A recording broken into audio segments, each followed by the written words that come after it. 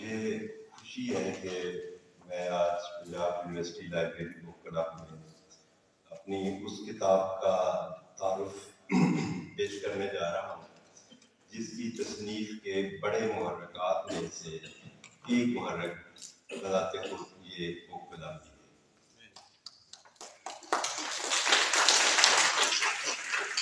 ہمارے ہاں ابھی ماحولیاتی بیداری کی تحریک جنم نہیں لے سکی، لیکن گزشتہ چند برسوں میں ایک احساس ضرور بیدار ہوا ہے، اور آگے چل کر اگر یہ احساس مضبوط ہوتا ہے یا کسی تحریک کی صورت اختیار کرتا ہے تو اس میں اگر اکیڈیمیا کی سطح پر یا ادب سے وابستہ طالب علموں کی سطح پر اگر کچھ تھوڑا سا کردار ان کتابوں کا ہوا تو یقینی طور پہ اس میں ایک بڑا کردار اس بک کلب کا بھی ہوگا، اور اسی وجہ سے اس کتاب کا آغاز بھی میں نے اسی بک کلب کے ذکر سے کیا ہے، اور یہ محض اتفاق ہے کہ یہ پیش لفظ، یہ پریفیس جس میں سے میں ایک پیراگراف بھی آپ کو پڑھ کے سناؤں گا، یہ آج سے تقریباً 2 سال پہلے 11 دسمبر کو ہی لکھا گیا تھا، اس میں یہی ڈیٹ لکھی ہوئی ہے اور آج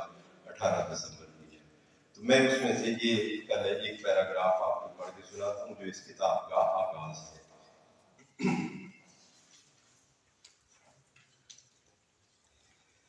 11 مارچ 2020 کا دن میرے لیے بہت خوشگوار تھا۔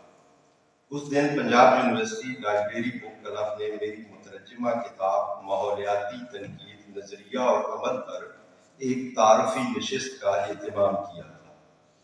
باہر شدید بارش ہو رہی تھی اور اندر ہال میں سنجیدہ فکر اساتذہ اور طلباء کی ایک بڑی تعداد تقریب میں شریک تھی۔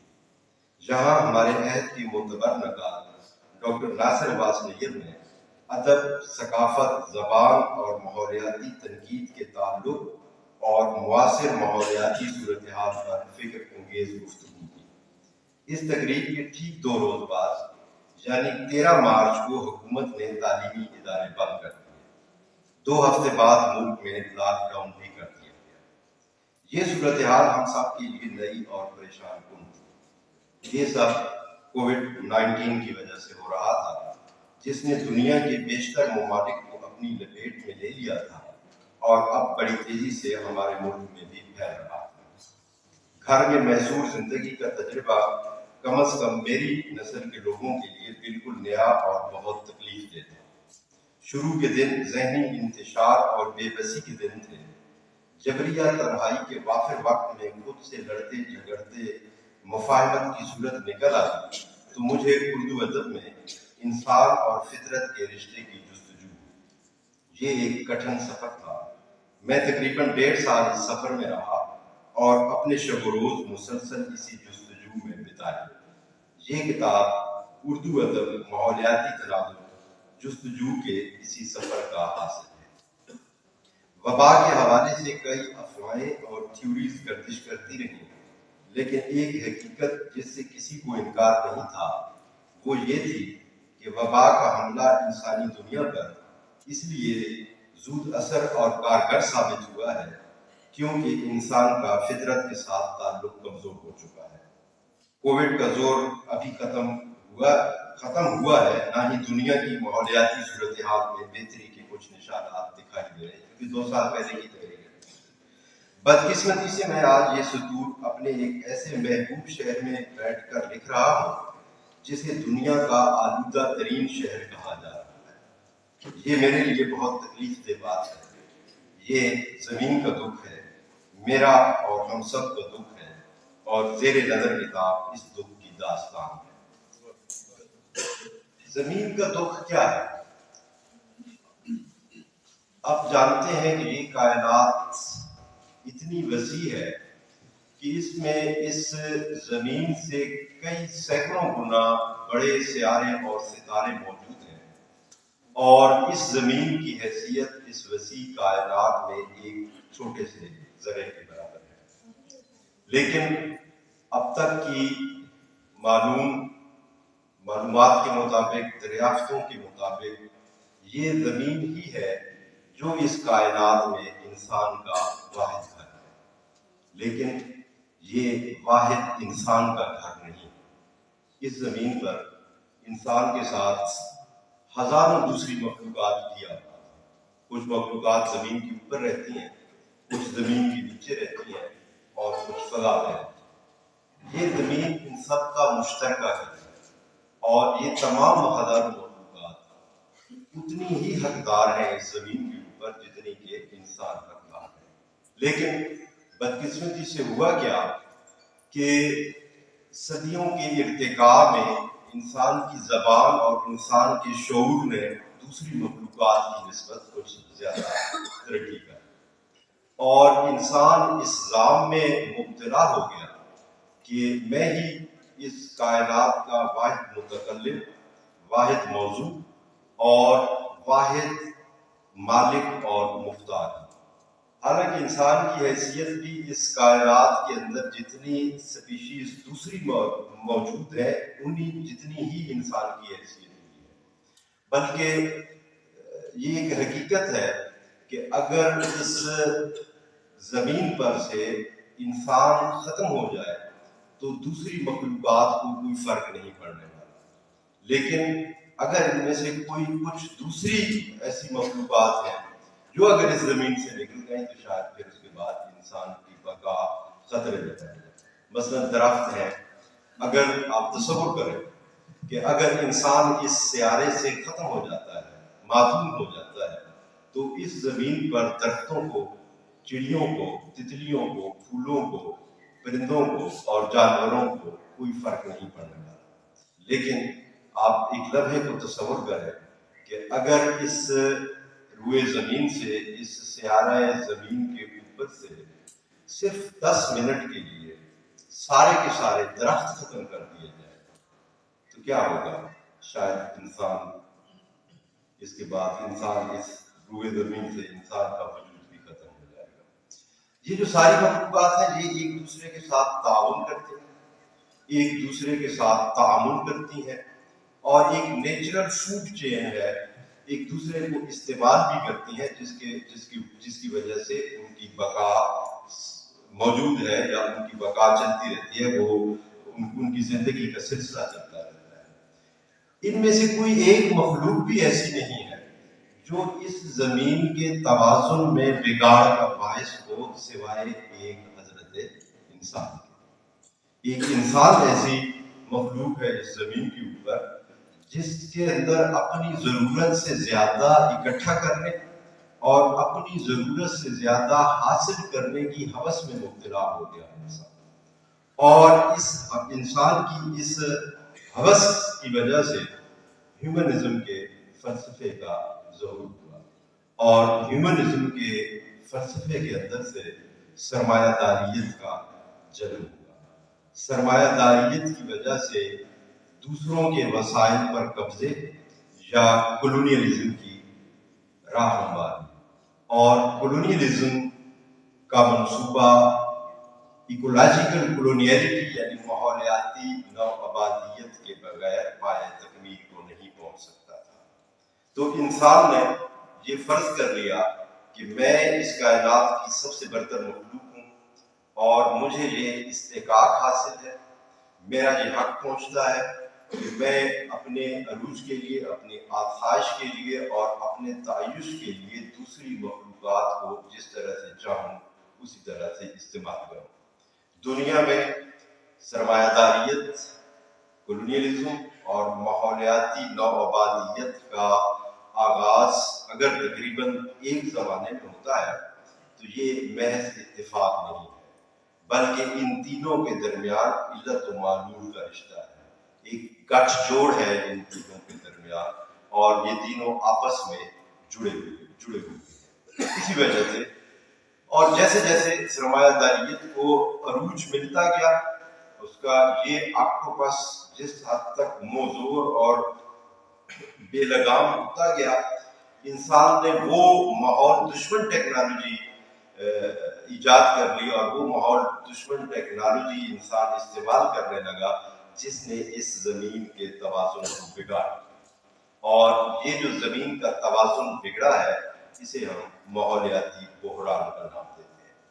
یہ ماحولیاتی بحران کسی سیاسی یا معاشی بحران کی طرح آسانی سے حل ہونے والا بحران نہیں۔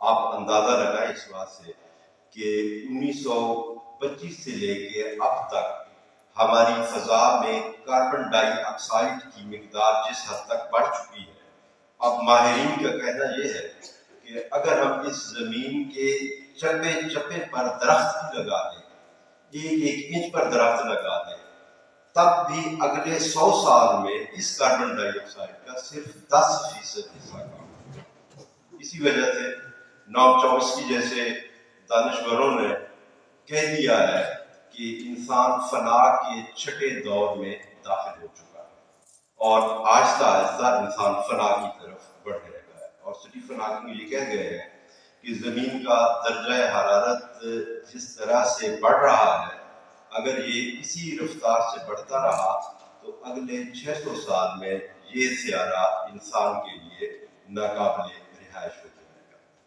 اب افسوس یہ ہے کہ انسان نے اپنے عروج اور اپنی ترقی کی داستان کو لکھی اور اپنی زبان میں لکھی، لیکن اس سفر میں زمین پر کیا گزری، فطرت پر کیا گزری، وہ انسان نے نہیں لکھا۔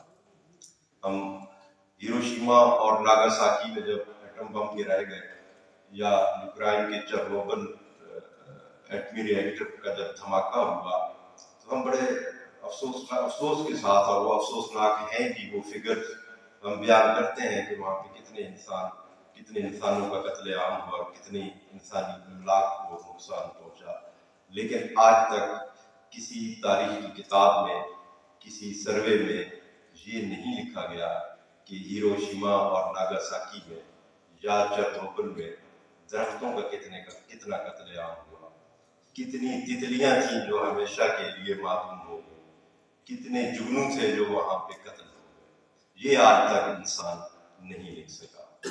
اور یہ جو ہزاروں مخلوقات موجود ہیں زمین پر، ان میں سے انسان واحد مخلوق ہے جو ادب تخلیق کرتا ہے۔ تو تقاضا یہ ہے اور سوال یہ ہے کہ ادب کا کردار کیا ہونا چاہیے، یا ادب کا کردار کیا ہو سکتا ہے؟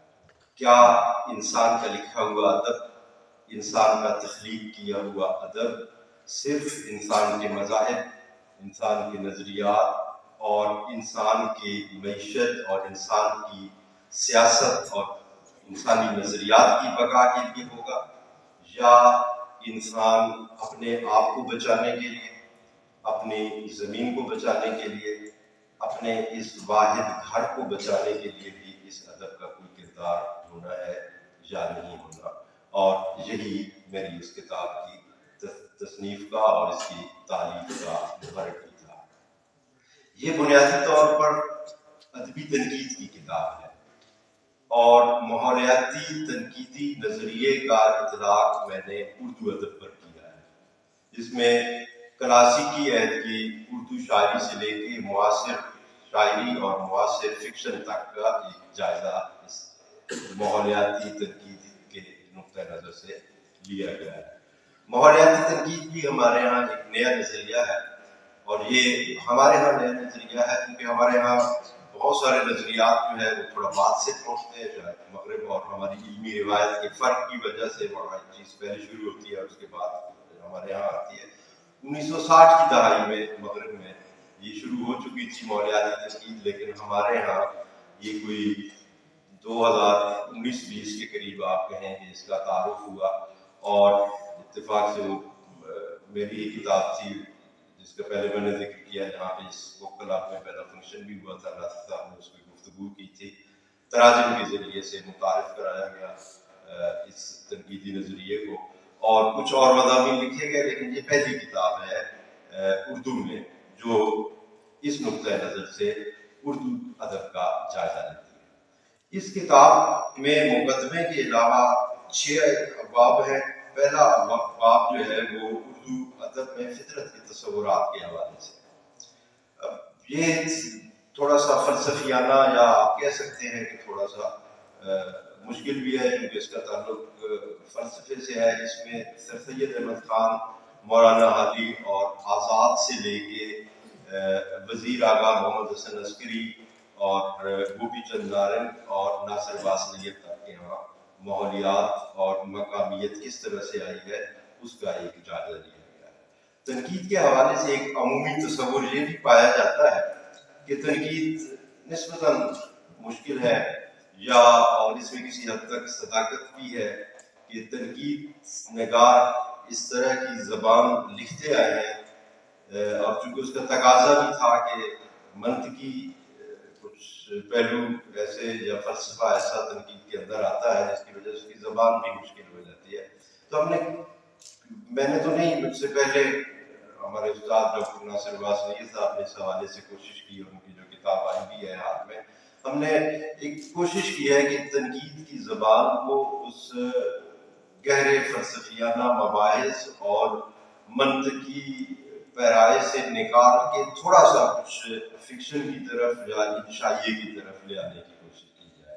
تو یہ پہلا چیپٹر جو ہے یہ تو تھوڑا سا اس کتاب کا آپ کو ایسا لگے گا کہ اس میں وہی زبان استعمال ہوئی ہے، لیکن اگلے جو ابواب ہیں ان میں تھوڑا سا اس کی زبان جو ہے وہ فکشن کے یا انشائیے کے قریب لے آنے کی ایک شعوری کوشش کی گئی ہے. دوسرا باب اس کتاب کا اردو شاعری، فطرت، مقامیت اور ماحولیات ہے. اس میں کلاسیکی عہد کی غزل سے لے کے میر تک، میر سے لے کے اور ہمارے معاصر شعراء کی نظم اور غزل تک کا تجزیہ کیا گیا ہے، جائزہ لیا گیا ہے. ایسا نہیں ہے کہ اردو ادب میں فطرت کا اظہار موجود نہیں تھا، یہ شروع سے ہی موجود رہا ہے، لیکن دو سطحوں پہ فطرت کا اظہار ہوتا رہا. ایک زبان کے مجازی اظہار کے لیے، یعنی فطرت کے مظاہر جو ہے شاعری میں کہیں پہ تشبیہ ہے، کہیں پہ استعارہ ہے اور کہیں پہ علامت ہے.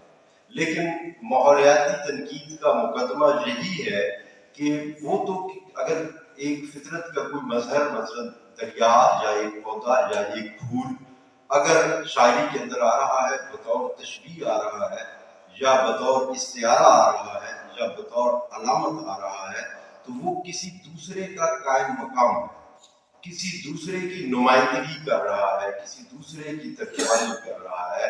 فطرت کے اس مظہر کی اپنی حیثیت کیا ہے؟ اور یہی ماحولیاتی تنقید کا بنیادی سوال بھی ہے کہ فطرت بذات خود اپنا ایک الگ وجود رکھتی ہے، اس کے اس وجود کو تسلیم کیا جائے.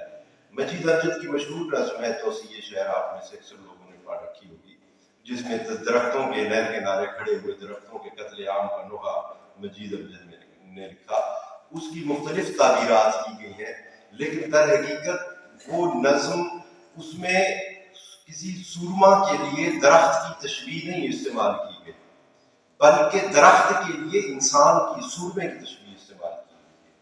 وہ بذات خود ایک درخت کا دکھ ہے جس کو کاٹ دیا جاتا ہے، جس کو 20,000 میں بیچ دیا جاتا ہے. وہ نظم بذات خود ایک درخت کی دکھ کی داستان بیان کر رہی ہے. تو یہ ماحولیاتی تنقید اس طرح سے الگ ہو جاتی ہے. اسی باب کے اندر دو اور میں نے اس کے دو حصے اور بنائے ہیں. ایک ہے پیسٹورلزم، جس کا اردو میں ترجمہ میں نے رایانیت کیا ہے. رایانیت، پیسٹورل گڈریوں کی شاعری یا دیہی شاعری یا آئیڈیلک یا جارجک شاعری، لیکن تھوڑا سا اس کے اندر فرق ہے. اس شاعری کے اندر پیسٹورلزم میں اور آئیڈیلک یا جارجک شاعری میں تھوڑا سا فرق ہوتا ہے. یہ روایت بھی اردو کے اندر زیادہ نہیں لیکن کم موجود تھی، لیکن اس پہ پہلے کبھی لکھا نہیں گیا تھا. پہلی مرتبہ میں نے اپنی سی کوشش کی ہے کہ اس کو الگ سے بیان کیا جائے، اس کو الگ سے لکھا جائے کہ پیسٹورل روایت اردو میں کہاں کہاں کس کس طرح سے آئی ہے. اور اسی کا دوسرا حصہ جو ہے ماحولیاتی مزاحمت ہے.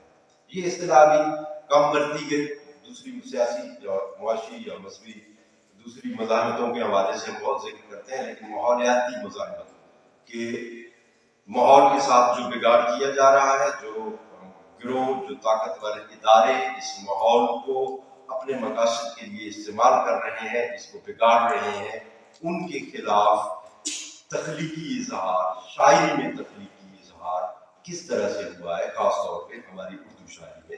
تو یہ کچھ حصہ اس کا یہ ہے.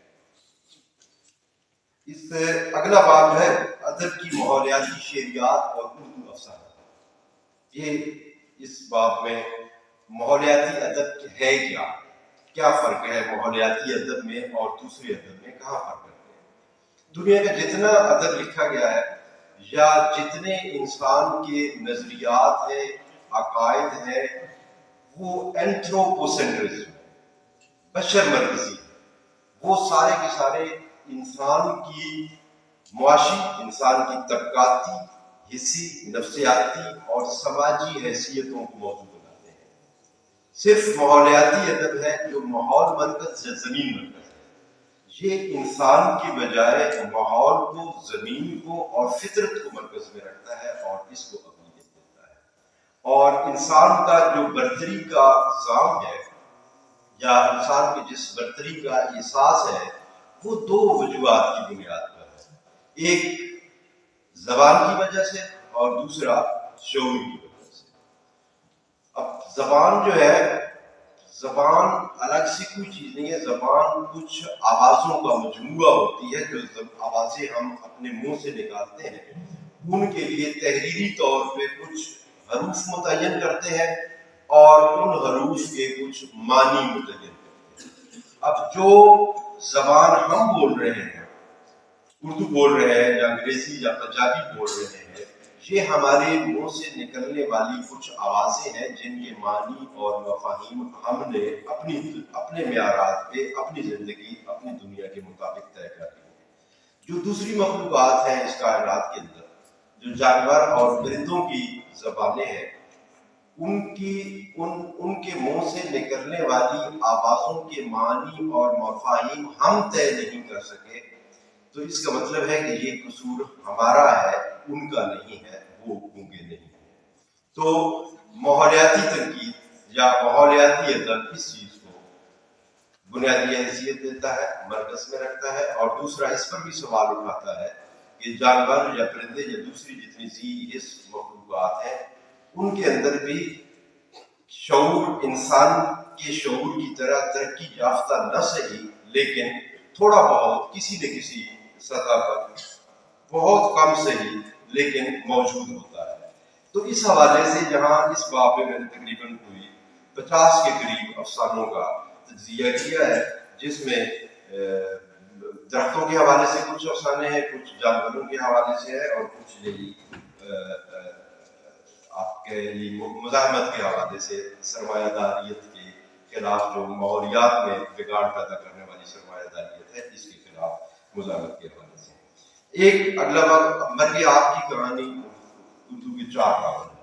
اس میں 4 ناولوں کا تجزیہ کیا گیا ہے، جس میں تارڑ صاحب کے کلاسک ناول بہاؤ ہے اور 3 دوسرے خالد جاوید کا ناول ہے، عامر مفتی کا اور خالد فتح محمد کا ہے. تو بہاؤ کا ترجمہ انگریزی میں بھی ہو چکا ہے The Sorrows of Saraswati کے نام سے، اور اس کے اگلا باب جو ہے تاریخی ماحولیات کے حوالے سے ہے. اور اس کتاب کا آخری باب جو خود مجھے بھی بہت زیادہ پسند ہے وہ صبح کاظم کی ہوا اور ہندوستانی ماحولیات ہے. اور شاہدیر صاحب بیٹھے ہیں. یہ مضمون میں نے ان کی ترغیب یا ان کی تحریک اور ان کی فرمائش پر ہی لکھا تھا. اور اس کی فراز صاحب اکثر جہاں بک کلب کا حصہ ہے وہ آتے ہیں، آج نہیں ہے. انہوں نے اس حوالے سے میری بہت مدد کی، بہت ساری انگریزی کتابیں مجھے ریفر کی اور کچھ ڈاؤن لوڈ کر کے اطلاع کی تھی. میں ان کا بھی شکر گزار ہوں. یہ مضمون جو ہے یہ ہندوستان کے اندر جب انگریز آیا، برطانوی استعمار آیا، اور اس کے نتیجے میں باقی تو ہم ذکر کرتے ہیں کہ کیا نقصانات ہوئے یا کیا کچھ ہوا، لیکن جہاں کی ماحولیات کو جس طرح سے نقصان پہنچا اس کے بارے میں بہت کم گفتگو کی جاتی ہے.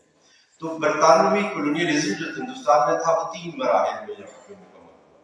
پہلا مرحلہ جو ہے اس کا تجارتی اجارہ داری کا تھا. انہوں نے تجارت پہ اجارہ داری حاصل کی، اور جب تجارت کو پوری طرح سے قابو کر لیا تو دوسرے مرحلے میں انہوں نے اپنے اقتدار کو استحکام دینے کے لیے یہاں پہ انتظامی اور قانونی تبدیلیاں کی، اور تمام انتظامی اور قانونی معاملات اپنے مطابق اپنے ہاتھ میں لیے.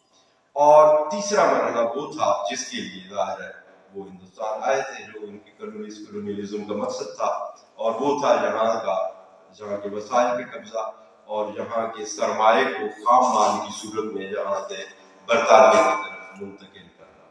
تو اس مرحلے میں انہوں نے دو بڑے پروجیکٹ شروع کیے۔ ایک نہری نظام تھا جس کا مرکز یہ ہمارا پنجاب تھا، اور بعد میں حسین کی طرف بھی بڑھے، اور دوسرا بڑا مرحلہ جو تھا یا پروجیکٹ جو تھا، ترقیاتی پروجیکٹ، وہ ریلوے تھا۔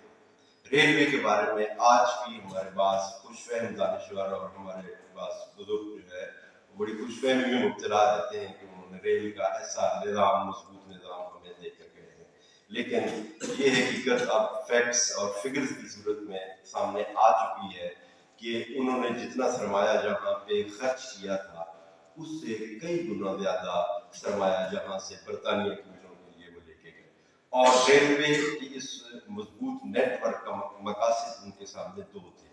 ایک تو اپنے قبضے کو جہاں پہ اپنے اقتدار کو مستحکم کرنے کے لیے دور دراز کے علاقوں تک اپنی انتظامی مشینری اور اپنے فوجیوں کی ترسیل تھا، اور دوسرا وہاں سے معدنیات اور فصلوں کی صورت میں خام مال کی ترسیل تھا، تاکہ وہ جہاں سے آسانی سے اٹھا کے اپنے ملک کی طرف جو ہے وہ لے جا سکیں۔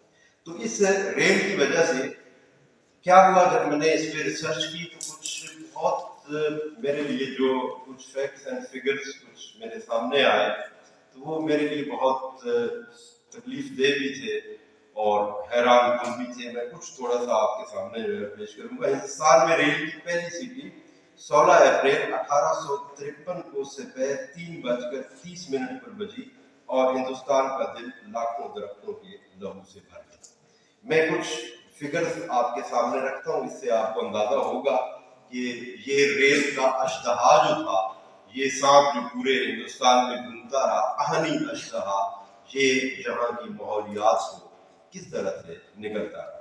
مثلا یہ دیکھیے کہ مدراس میں 1856 سے 1860 کے دوران میں 130 میل لمبی ریلوے لائن بچھائی گئی، جہاں 8 سال کے لیے اوسطاً 1760 سلیپر ہر ایک میل کے لیے درکار تھے۔ سلیپر کے لیے ہوگا ریل کی دو پٹڑیوں کے درمیان جو تھوڑے سے فاصلے پہ لکڑی کا ایک پھٹا سا لگایا جاتا ہے، اس کو سلیپرز کہتے ہیں، اور ایک میل کے لیے تقریباً 2000 سلیپر درکار ہوتے ہیں، اور اس سلیپر کی آپ کو اندازہ ہوگا کہ ایک بڑے درخت میں سے زیادہ 8-10 سلیپر نکل سکتے ہیں، اور ایک میل کے لیے 2000 سلیپر وہ استعمال کرتے رہتے ہیں۔ پنجاب میں امرتسر کو ملتان سے ملانے والی پٹڑی 1859 سے 1865 کے عرصے میں بچھائی گئی۔ یہ 252 میل طویل لائن تھی، جس کے لیے 45,336 سلیپر استعمال ہوئے۔ اس مقصد کے لیے دیودار کے تقریباً 41,232 درخت صرف اس عرصے میں کاٹے گئے۔ یہ درخت چناب اور راوی کی پہاڑی وادیوں میں سے منتخب کیے گئے تھے۔ اندازے کے مطابق 1861 اور 62 میں 11,152 درخت چناب اور 5,649 درخت دریائے راوی کے پہاڑی مقامات سے کاٹے گئے۔ 1862 اور 63 میں یہ ترتیب بالہزار 12,706 اور 6,083 تھی۔ دلی ریلوے کی تعمیر کا آغاز 1864 میں ہوا اور تکمیل 1870 میں۔ میرٹھ سے دلی تک یہ ریلوے لائن 320 میل طویل تھی، جہاں 200 سلیپر یا 10,000 کیوبک فٹ لکڑی فی میل درکار تھی۔ اس حساب سے جہاں 3,20,000 کیوبک فٹ لکڑی استعمال ہوئی۔ آئی بی آر کے نام سے ملتان کو کوٹری سے ملانے والی ریلوے لائن بچھانے کا آغاز 1859 میں ہوا۔ ابتدا میں اس کی لمبائی 500 میل تھی، جس کے لیے 11,000 سلیپرز لگائے، اور درائے سندھ، ستلج اور بیاس کے پہاڑی جنگلات سے تقریباً 1,00,000 دیودار کے درخت کاٹے گئے۔ لاہور سے پشاور اور راجپوتانہ کے لیے ریلوے کی تعمیر میں بھی تقریباً اتنے ہی درختوں کی قربانی کی گئی۔ آگے مزید اس کی ہے ڈیٹیل، لیکن وہ ساری نہیں پڑھی جا سکتی. وہ جو منیر نیازی نے کہا تھا، وہ شاید کسی ذاتی تجربے یا ذاتی دکھ کے حوالے سے منیر نیازی نے کہا تھا کہ صبح کاذب کی ہوا میں درد تھا کتنا منیر، ریت کی سیٹی بجی تو دل لہو سے بھر گیا. تو ریت کی پہلی سیٹی بجنے میں، ہندوستان میں ریت کی سیٹی بجنے میں لاکھوں درختوں کا لہو صرف ہوا ہے، لاکھوں درخت نگل گئے. بہت شکریہ.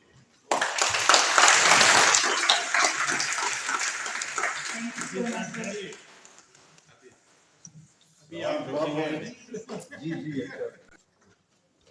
آپ کا سوال شاید تھوڑا سا نا ریجنل ہو گیا ہے اس حوالے سے کہ آپ نے اپنے تعارف میں جیسے علاقے سے بتایا، وہاں تو یہ کلچر ہے درختوں سے اور فطرت سے محبت کرنے والا، لیکن جو دوسرے ہمارے ملک ایسے ہیں اس میں شاید اس طرح سے یہ کلچر موجود نہیں ہے.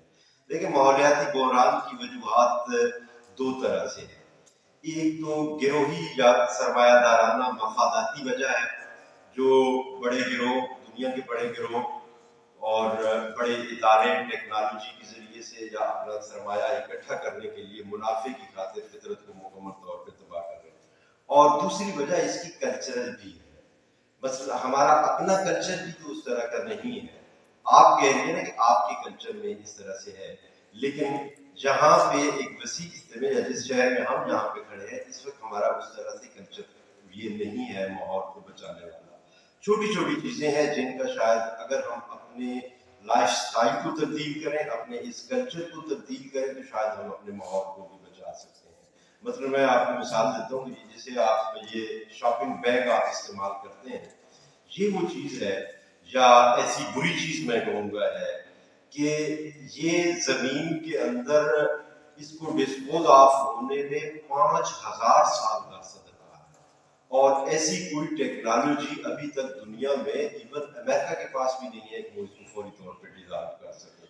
اور یہ زمین کے اندر جس وقت جاتا ہے یہ زمین کے مسام بند کر دیتا ہے، اور اس سے فصلوں کے نکلنے میں زیر زمین پانی کے جانے کی رفتار جو ہے وہ کم ہو جاتی ہے. تو یہ وہ چھوٹی چھوٹی چیزیں ہیں جنہیں جو ہمارے کلچر کا حصہ ہے، ان کو صرف ہم اس کو حکومتوں پر یا سرمایہ دارانہ نظام پر یا ان بڑے اداروں پر ڈالنے کی بجائے اس کی ذمہ داری ہم اپنے اوپر بھی لینی چاہیے. آپ نے کہا کہ آپ کے ہاں یہ ایسا ہے کہ درختوں سے محبت سکھائی جاتی ہے. یہاں ہمارے ہاں پنجاب میں بھی ایک زمانہ تھا، ابھی بھی دیہاتوں میں ایک درخت کہیں پہ کھڑا ہوتا تھا تو اسے گھر کے ایک فرد کی حیثیت دی جاتی تھی. جانور جو ہوتے تھے ان کو نام دیے جاتے تھے، بکری کے بچوں کو اور گاؤں کو اور بھینسوں کو باقاعدہ ان کے نام ہوتے تھے. ان کو ایسے سمجھا جاتا تھا جیسے وہ گھر کے فرد ہوں. لیکن آہستہ آہستہ یہ چیزیں اب ہمارے اندر سے یہ چیزیں ختم ہو چکی ہیں. تو ہمیں اس کلچر کو میرے خیال میں تبدیل کرنا. ڈاکٹر صاحب وہ جو ان کا سوال تھا اس میں ایک پہلو یہ بھی تھا نا کہ ہمارے کلچر میں تو ان کے علاقوں میں اس کی ہے، باہر والوں سے مراد جو این جی اوز اور بین الاقوامی آرگنائزیشنز، اگر وہ نمائندہ ہے گلوبل نارتھ کے، تو گلوبل نارتھ کا زیادہ بڑا کردار رہا تباہی میں. اب وہی این جی اوز کی شکل میں آ کے تعلیم دے رہے ہیں کہ اپنے ماحول کو بچائیں. تو میں یہ سمجھا ہوں کہ اس حوالے سے بھی آپ ایڈریس. یہ بات آپ کی ٹھیک ہے، ظاہر ہے سائنس اور ٹیکنالوجی کا آغاز بھی تو وہیں سے ہوا. جس ٹیکنالوجی کو ہم ماحول دشمن ٹیکنالوجی کہتے ہیں وہ اس کا آغاز بھی وہیں پہ ہوا اور اس کا پہلا استعمال بھی وہیں پہ ہوا. اور اس وقت اگر پوری دنیا میں ماحولیاتی، اور یہ ٹھیک ہے بات کہ ماحولیاتی بحران کے جو بڑے اسباب ہیں یا بڑا حصہ جن کا ہے وہ ہمارا اتنا حصہ نہیں ہے جتنا ان کا ہے. لیکن یہ پھر سوال وہی ہے کہ یہ زمین ہمارا مشترکہ گھر ہے.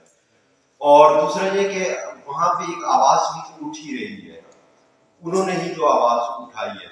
بلکہ یہ ماحولیاتی تنقید جس کا آغاز ہوا یہ 1860 میں پہلی کتاب جو ریچل کیسن کی کتاب تھی، شاید اگر میں نام نہیں بھول رہا تو، اور اس کتاب کا نام تھا دی سائلنٹ سٹی.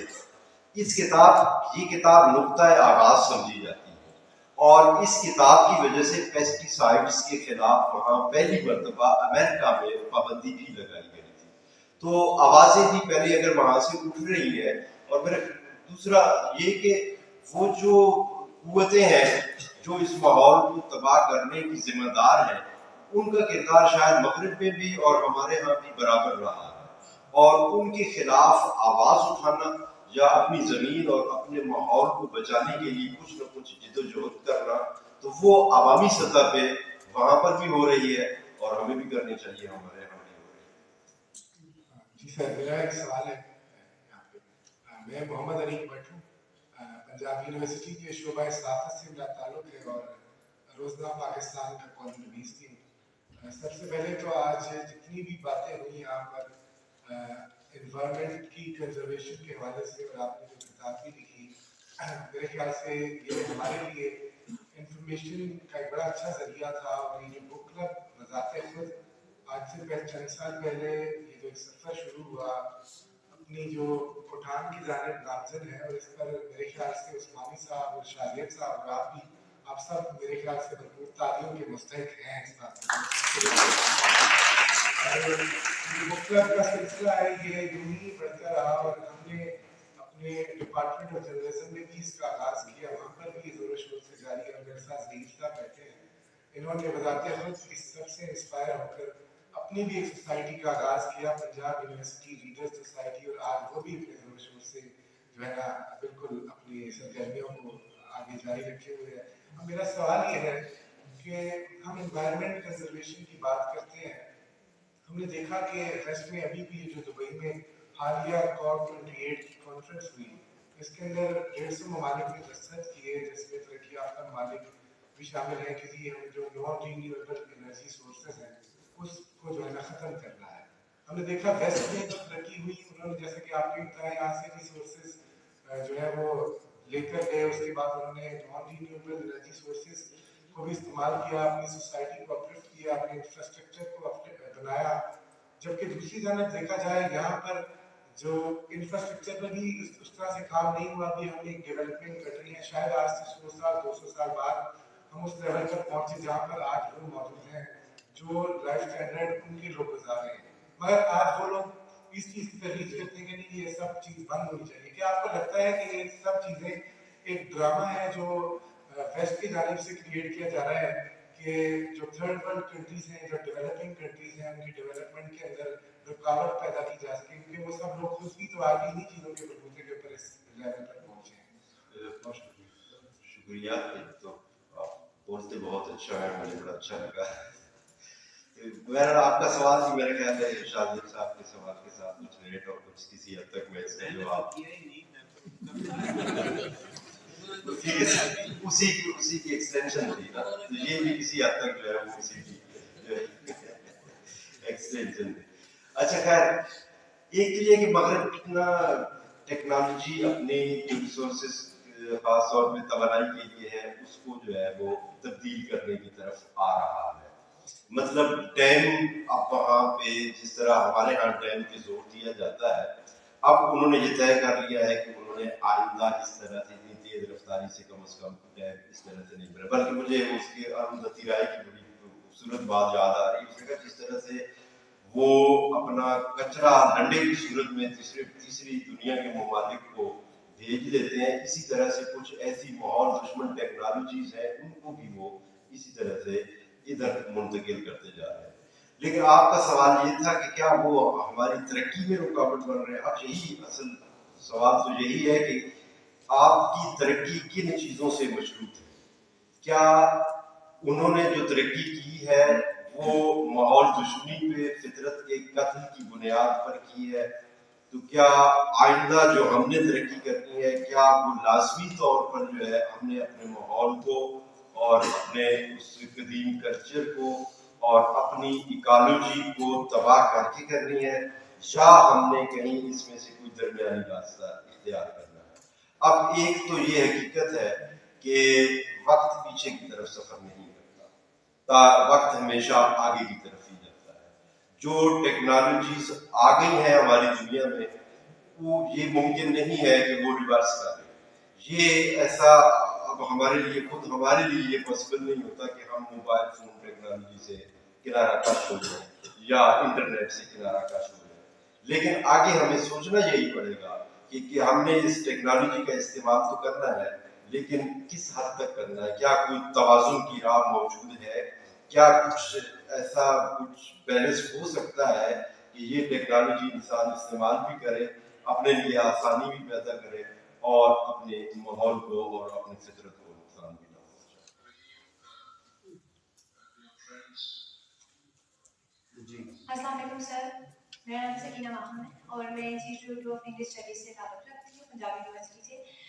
سر سب سے پہلے تو آپ کا بہت زیادہ شکریہ کہ آپ نے اتنے اچھے طریقے سے ماحولیاتی یہ جو مسائل ہے کو بیان کیا, اور ہمارے پاس اردو زبان میں بھی اب اس کی ایک تنقید موجود ہے, اور کس طرح آپ نے یہ سارا کیپٹلزم اور اس کے ساتھ کنٹیکسچلائز کیا. سر میرا سوال یہ ہے کہ جب بھی ہم زیادہ تر ایکو کریٹیکل رائٹرس کو کرٹکس کو دیکھتے ہیں, ان میں ہم دیکھتے ہیں کہ یہ جو ہیومن سینٹرڈ ویژن ہے جسے ہم اینتھروپوسینٹرزم بھی کہتے ہیں, اس پہ تنقید ایک پائی جاتی ہے.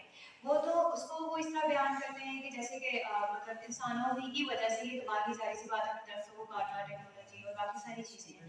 لیکن جہاں تک میں نے اسٹڈی کیا ہے, اسی کی آڑ میں انسانیت جو ان کی قابلیت ہے جس کو وہ استعمال کر سکتے ہیں اسی ظلم کے خلاف لڑنے کے لیے, اس سے ایک قسم سے وہ دستبردار ہوتے ہیں. اور اس کے ساتھ کیا ہوتا ہے کہ وہ اسی فطرت کے خلاف آپ کو کئی وہاں پہ ٹرینڈس نظر آتے ہیں. کبھی کبھی وہ اپنے آپ کو جانوروں سے آئیڈینٹیفائی کر رہے ہیں, ان میں ادھر کچھ چیزیں ہو رہی ہوتی ہیں. تو یہاں پر اگر ایسٹ میں دیکھیں گے تو آپ کو اشرف المخلوقات کا کنسیپٹ ملتا ہے کہ جس میں انسان خود ذمہ دار ہے اپنے ماحول کے لیے. تو یہ مجھے دو اپوزٹ ٹرینڈس نظر آتے ہیں, ایک ویسٹ میں اور ایک ایسٹ میں. تو اس کے بارے میں آپ کا کیا خیال ہے کہ یہ جو ویسٹ میں یہ اینٹی اینتھروپوسینٹرزم پائی جاتی ہے, اس کا کیا فائدہ ہو سکتا ہے, ایسے کس طرح کے نقصانات خود ایکو کرٹیسزم کو ہو سکتے ہیں؟ یہ آپ نے جو اشرف المخلوقات کا ذکر کیا, میرا خیال ہے اسی سے بات کلیئر ہو جائے گی. دیکھیں اردو میں اشرف کا مطلب کیا ہوتا ہے, جسے شرف بخشا گیا ہو, جسے شرف بخشا گیا ہو, جسے کوئی اعزاز عطا کیا گیا ہو. جیسے کلاس روم کے اندر آپ کی ٹیچر کو ایک شرف بخشا جاتا ہے کہ وہ اس کلاس روم کے اندر ایک طرح سے اس کا کسٹوڈین ہوتا ہے. جیسے آپ کے گھر کے اندر آپ کے والد کو یہ شرف بخشا جاتا ہے کہ وہ آپ کے گھر کے اندر آپ سب گھر والوں کا, گھر کی اشیاء کا, ساری چیزوں کا کسٹوڈین بن جاتا ہے. اب کسٹوڈین ہونے میں اور مالک ہونے میں تھوڑا سا فرق ہے. کسٹوڈین کا مطلب یہ ہے کہ اسے یہ شرف تو بخشا گیا ہے, لیکن اس کی ذمہ داری یہ ہے کہ وہ تمام کا جو اس کسٹڈی میں جو اشیاء ہیں یا جو لوگ اس کی کسٹڈی میں موجود ہیں, ان سب کو برابر کے حقوق فراہم کرے, ان کی ضروریات کا خیال رکھے, ان سے محبت سے پیش آئے, اپنے آپ کو مالک اور مختار اس حد تک نہ سمجھ لے کہ میں نے ہر ایک کو اپنی ضرورت کے لیے استعمال کرنا ہے. تو کچھ میرا خیال ہے اسی سے اشرف المخلوقات کا جو تصور ہے, اسی سے وہاں ویسٹ کے ہوں یا ایسٹ کے ہوں لوگ, اگر وہ اپنے اس اشرف المخلوقات ہونے کو ذرا برتر یا افضل سمجھنے کی بجائے تمام دوسروں کا اپنے آپ کو کسٹوڈین سمجھ لیں تو شاید تھوڑے سا معاملات بہتر ہو جائیں گے. السلام علیکم. بسم اللہ الرحمن الرحیم. I am the student of Islamic Studies, and my question is that you wrote a book on criticism, but you do not tell the solution. But according to me, there are many hadiths of Holy Prophet sallallahu alaihi wasallam in which he said, do not cut down trees. And also there are many hadiths on growing on trees, growing plants. And the solution is that which Allah taught us in the form of revelation. And Holy Prophet sallallahu alaihi wasallam, I think you should mention Islamic teachings, because according to me, becoming a true Muslim or following the commandments of Allah subhanahu wa ta'ala and the teachings of Holy Prophet sallallahu alaihi wasallam is the solution for all kinds of problems. ٹھیک ہے, آپ کی بات بہت اچھی بات ہے. یہ خام خواہ کا اگر کہیں پہ کوئی تھوڑی سی غلط فہمی کہیں اگر پیدا ہو جائے کہ ماحولیاتی تنقید یا ماحولیہ انوائرمنٹ کا جو بنیادی تھیسز ہے یہ کہ شاید کہیں مذہب سے متصادم ہے، تو ایسا نہیں ہے. وہ گڑبڑ جو ہے جس کی میں نے ابھی کلیئر کیا بھی اس بچی کے سوال کے، کہ اشرف المخلوقات کا جو تصور کی صحیح تشریح ہے اس میں تھوڑی سی گڑبڑ ہو جاتی ہے. اشرف المخلوقات کا مطلب دوسروں کا مالک ہونا نہیں، ان کا کسٹوڈین ہونا. جہاں تک آپ نے حضور صلی اللہ علیہ وسلم کی بات کی ہے، بالکل بجا فرمایا آپ نے. اور میں نے جس حد تک پڑھا ہے ماحولیات کی کتابیں تھوڑی بہت انگریزی میں بھی اور انگریزی سے ترجمہ شدہ دوسری بھی پڑھی یا اردو میں، اتنی خوبصورت بات مجھے کسی اور جگہ پہ نہیں ملی جتنی ہماری احادیث میں ہے. مطلب 3 احادیث میں آپ کو کوٹ کر دیتا ہوں کہ آپ صلی اللہ علیہ وسلم نے فرمایا کہ وہ جس شخص نے بیری کا درخت، لفظ آیا ہے لیکن کسی بھی پھلدار درخت کے لیے ہے، کہ جس شخص نے بیری کا درخت بلا وجہ کاٹا وہ قیامت کے دن جہنم میں اندھے منہ پڑا ہوگا. اور اس سے اور خوبصورت بات کہ تم دریائے فرات کے کنارے بھی بیٹھے ہو تو ایک قطرہ پانی کا بھی ضائع مت کرو. اور اس سے بھی زیادہ خوبصورت حدیث شاہد صاحب مجھے یہ لگتی ہے کہ آپ صلی اللہ علیہ وسلم نے فرمایا کہ اگر تمہارے ہاتھ میں ایک بیج ہے اور تم اسے زمین میں بونے لگے اور اسی وقت سورہ اسرافیل پھونک دیا جائے، قیامت کا اعلان ہو جائے، پہاڑ روئی کے گالوں کی طرح اڑنے لگے اور سارے لوگ میدان حشر کی طرف دوڑ پڑے، تب بھی تم وہ بیج زمین میں بو کر اس کے بعد میدان حشر کی طرف. تو اس سے زیادہ تو میرے خیال میں ماحولیات کے حوالے سے کچھ اور نہیں ہو سکتا. تو ہمیں اس کو سمجھنا چاہیے اور اپنا بھی کرنا چاہیے. ڈاکٹر صاحب یہ خصوصی اجازت لے کے عثمانی صاحب سے آخری سوال کر رہا ہوں. لیکن ذرا آسان سوال کیجیے، آپ کے سوال مشکل بھی پڑے ہوتے ہیں. سوال یہ ہے کہ آپ کی رائے اس پہ چاہیے کہ میں نے جس حد تک ماحولیات کے بارے میں پڑھا اور جو آج ہر طرف اس کا ذکر ہو رہا ہے، انیک نے جیسے ذکر بھی کیا کہ COP28 ابھی ختم ہوئی ہے، تو اس میں جو ذکر کیا جاتا ہے وہ کہ انسانوں نے یہ کیا، فطرت کے ساتھ، ماحولیات کے ساتھ انسانوں نے یہ کیا. اچھا، اب آپ نے دیکھا ہے کہ انگریزی میں یہ لفظ استعمال کرتے ہیں کہ جب انسان کا ظہور ہوا اس دنیا میں ارتقاء کے بعد، تو یہ کہتے ہیں کہ جیسے اگر اس کو ہم یہ شمار کریں نا کہ اب تک کی زمینی ارتقاء کو ہم 24 گھنٹوں کے سکیل پہ لے آئیں تو انسان کا ظہور اس دنیا میں ہوا ہے 11:59 کے 59ویں سیکنڈ میں انسان کا ظہور ہوا ہے. اور اس کے آنے سے اس ماحولیات کا اتنا نقصان ہو گیا انسان نے کیا کہ اس سے آپ اندازہ لگا لیں کہ اس سے پیچھے کتنا کائنات کا ارتقاء ہے. اچھا، یہ کہہ کے تو پھر یہ ٹرم یوز کرتے ہیں اینتھروپوسین، کہ وہ لمحہ یا وہ موقع کہ جب انسان کا ظہور اس کائنات پہ ہوا.